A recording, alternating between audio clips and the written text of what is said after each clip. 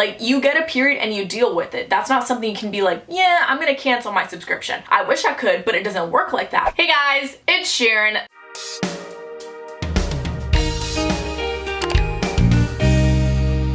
I cannot believe it is already November. In case you completely missed October on my channel, I did nothing but spooky videos, and I did a brand new series called Fright Nights where I uploaded a spooky video every single day for a week. Now, obviously it is a new month. It is not a spooky month. It is November. We are doing a whole new set of videos. I have my little fall decor right there. I think for November what I'm gonna do is I'm just gonna stick to some classic videos. So if there is a video that you really love that I make, let me know in the comments below and I will most likely be making it. Like, I got you off my girl talk like this one, my period horror stories, my dirty secrets you're keeping from your parents. Like, that's what I'm thinking so far, but if you got a little more, let me know. Now, of course, like I mentioned, this video is a girl talk video. This is actually a part 2, technically speaking. I'm basically gonna answer questions that you might be too afraid to ask your mom or your friends or your sister, whatever, about periods, because we all know the period stigma is too real, sadly. So I will be answering those questions, and if you'd like to see more videos like this, give us a thumbs up and let me know in the comments below. Make sure to follow me on my Twitter and my Instagram so you know when I'm doing videos like this and you can have a chance to be in them just like this one. But enough about that, go grab your tampons,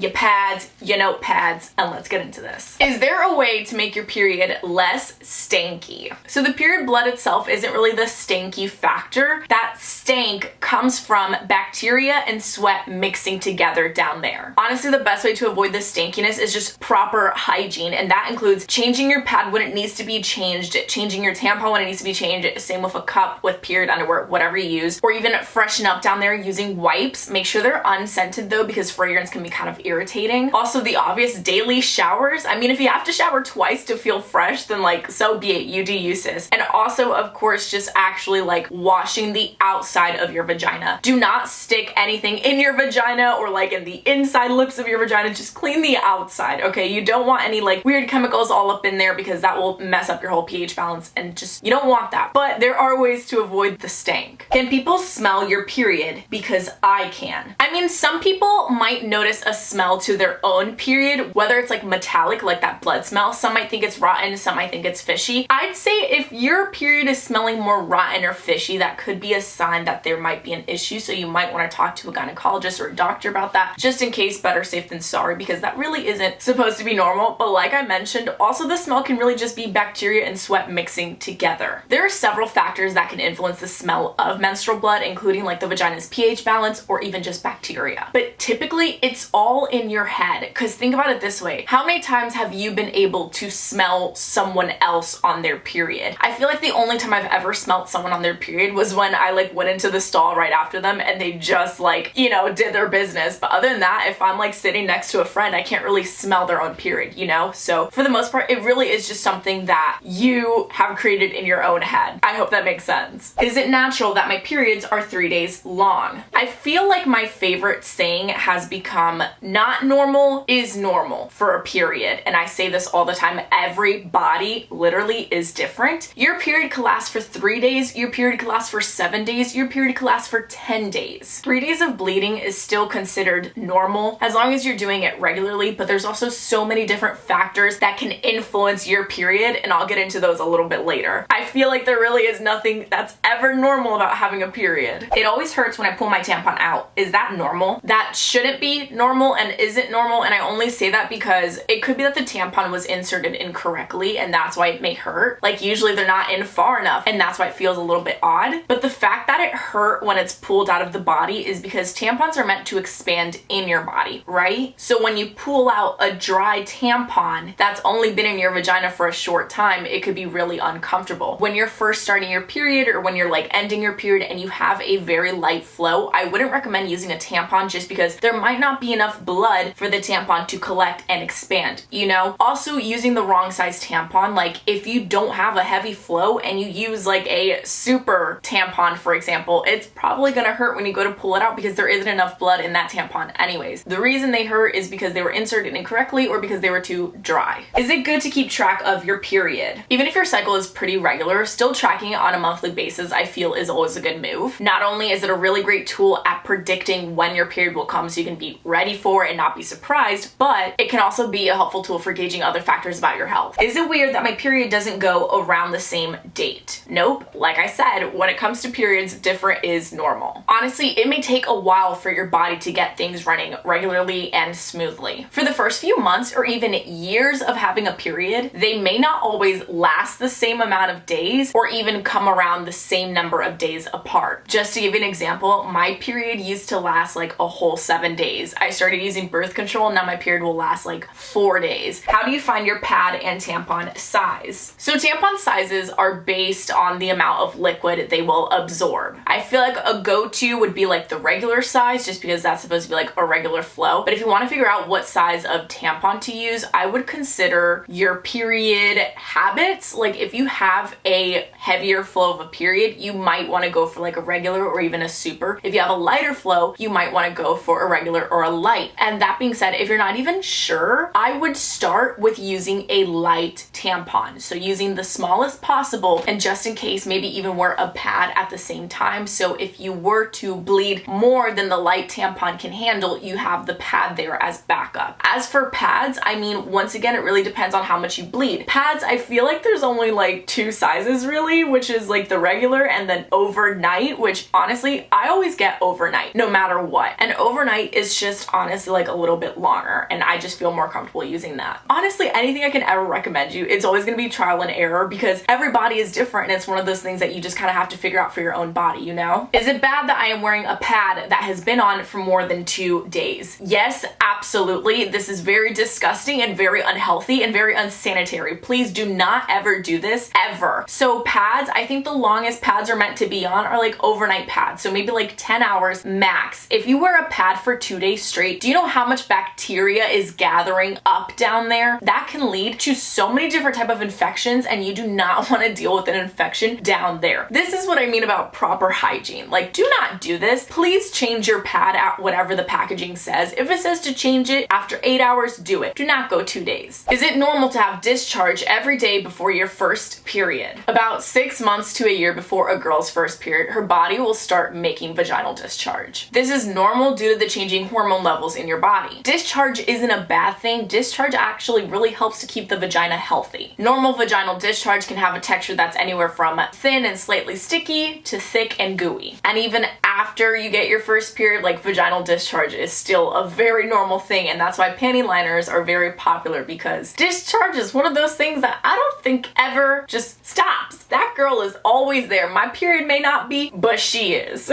Do you use a towel when you go to sleep, or do you use a pad? This really depends on your type of flow. If you know that you have a heavy flow, you might want to go to sleep with an overnight pad and maybe put a towel on your sheets so you don't stain them. But if you have a light flow, you don't really have to worry about a towel. So it just depends on how much you bleed, but also honestly, never really hurts to be better safe than sorry. If you aren't sure, just sleep with both. What kind of clothes should you wear on your period? When you're on your period, you always want to wear comfy clothes, loose fitting clothes. Try to avoid tight clothes as much as possible, because if you get a lot of cramps and you have like really tight jeans, like if you're wearing like skinny jeans right on your like uterus, just crushing it, it's not gonna make your cramps any better, you know? If you don't feel comfortable with how loose a pad may feel, because that was always my reason for wearing jeans when I was on my period, it's because my pad feels like it's like moving around or shifting. I would say maybe wear like little shorts that aren't jeans, that don't have a button, but like stretchy shorts, or even just like leggings underneath like a skirt, for example. So that way it feels firmer and like it can't really move, but you can also breathe and be comfortable at the same time. What is that brown stuff that comes out at the end? Blood turns brown when it's just been sitting around for a while. That being said, brown discharge is really just like old or dried blood that was a little too slow when leaving your uterus. Can you get toxic shock syndrome from a pad? So for those of you that may not know, toxic shock syndrome is something that is usually associated with tampons. But here's the thing, tampons do not cause that. Toxic shock syndrome is basically just complications of bacterial infections. These types of bacteria can produce very dangerous toxins. Like I said, tampons don't cause it, but they are cofactors in the development. But also, so are pads and so are menstrual cups. Men and kids can even get toxic shock syndrome, and they don't have periods. The bacteria is what causes the infection, not the tampon, not the pad, not the cup. However, the cases of TSS in menstruating women, the risk, although very small, is higher in women using tampons over pads and cups. Although it is still very small of a chance that you will get this, it is the slightest bit bigger of a chance if you use tampons, if that makes sense. Overall, I just want you to understand that it is still the bacteria and not not whatever you use, because again, men and kids can get this too.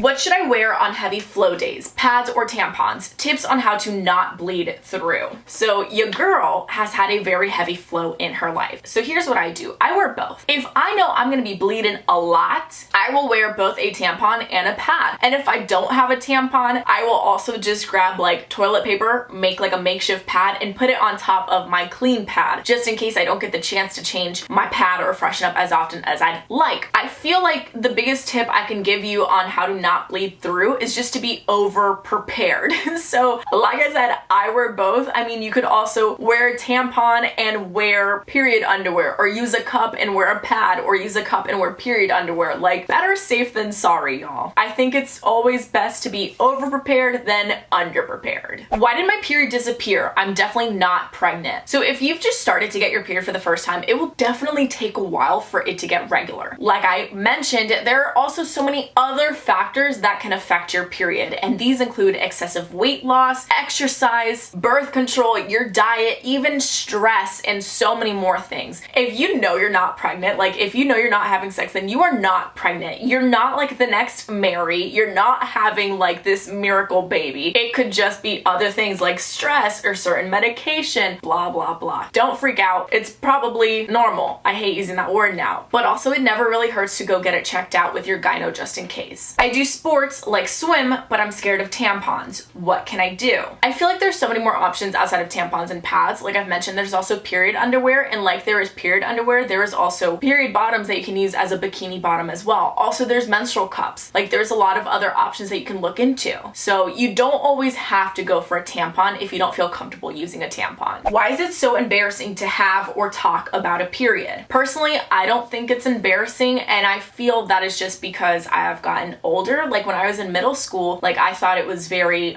taboo to talk about a period, but I feel like as you grow up, you feel more comfortable talking about it, and I think that is normal. There's that word again. There is one thing I do want you to understand, and that is try not to be embarrassed about it, because there's nothing to be embarrassed about. Like, you're a woman. Like, this is what women do. This is what your body does. That is just the way life is, and that is how things are. You have no choice when it comes to having a period. Like, you get a period and you deal with it. That's not something you can be like, yeah, I'm gonna cancel my subscription. I wish I could, but it doesn't work like that. So I think once you understand and accept the fact that that is how it is, I think you start to care less and start to feel less embarrassed about it, because it's like, I'm gonna get my period until I get menopause, bro. So I have to deal with her until then, so will you. You know, there really is nothing to be ashamed about when it comes to being a woman, okay? Be proud of it, sis. You're bleeding, good for you. It's life. Anyways, all that being said, I hope this video helped you guys out. If you enjoyed it, give us a thumbs up and let me know in the comments below. If you have your own period questions or even period hacks / tips that you would like to leave below, also do that. Do not be afraid to. Now, shout out of the day goes to Isabella on Instagram. Thank you so much. If you would like to be shout out of the day, just follow me on my Instagram and stay active. And of course, if you'd like to see more videos like this, like I mentioned, I do have a part 1 of answering period questions you might be too afraid to ask your mom, and I also just have so many other period videos in general. I have an all about periods playlist on my channel if you want to binge that. So I got you, sis. And if you want to see more, you can definitely subscribe for more. But all that being said, I'll see you guys next time.